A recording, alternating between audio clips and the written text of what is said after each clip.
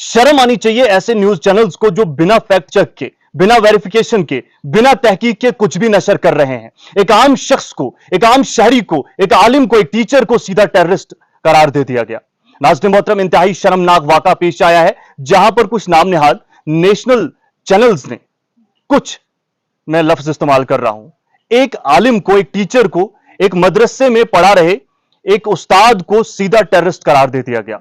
इनका नाम कारी मोहम्मद इकबाल है। कारी मोहम्मद इकबाल जामिया जियाउल उलूम नामी मदरसे में, जो कि पुंछ में चल रहा है, वहां पर पढ़ाते थे और पाकिस्तानी शेलिंग में इनकी मौत वाक़ा हुई। ये शहीद हुए।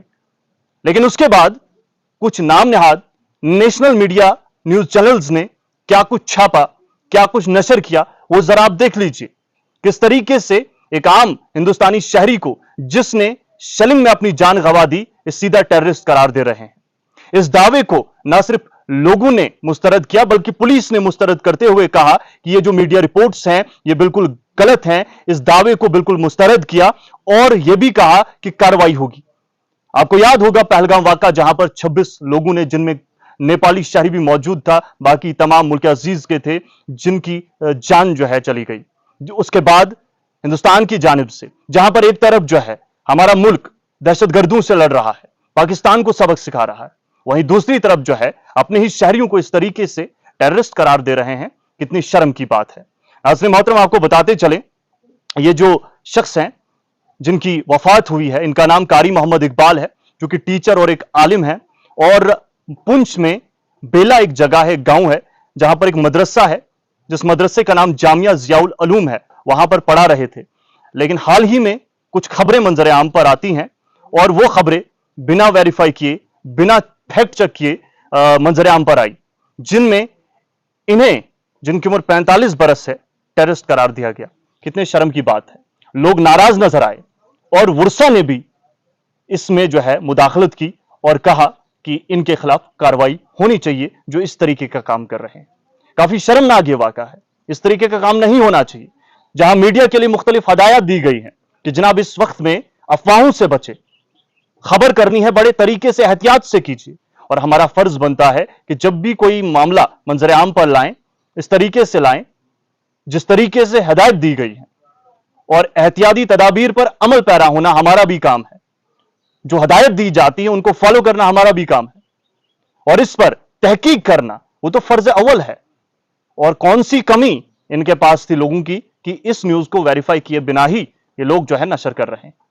तो मैं चाहूंगा कि इस तरीके के मामलात में हुकूमत को देखना चाहिए कि क्या कुछ हो रहा है, और जो कर रहे हैं उनके खिलाफ कार्रवाई तो जरूर होनी चाहिए।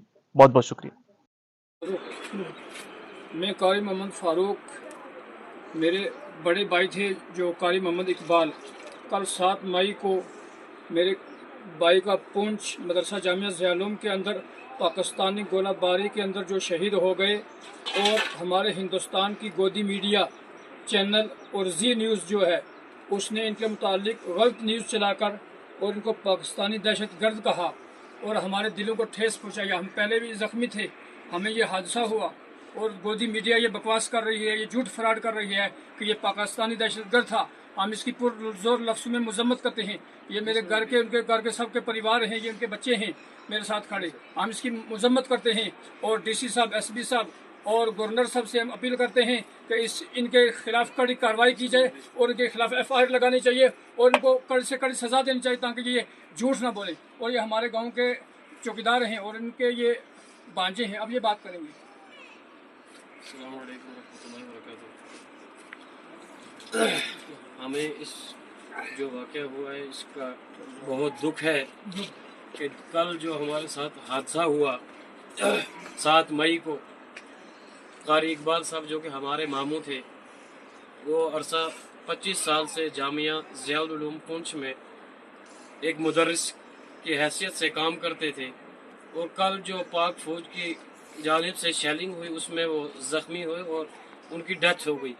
और आज हमारा जो भारतीय मीडिया है जी न्यूज़, उन्होंने एक गलत खबर जो चलाई कि ये पाकिस्तानी दहशतगर्द था। एक तो हमारे साथ ये हादसा हुआ और दूसरा हमारे मामू जो शहीद हुए उन पे ये टैग लगाया गया ہم یہ گورنمنٹ سے یہ اپیل کرنا چاہتے ہیں کہ ان کے خلاف کڑی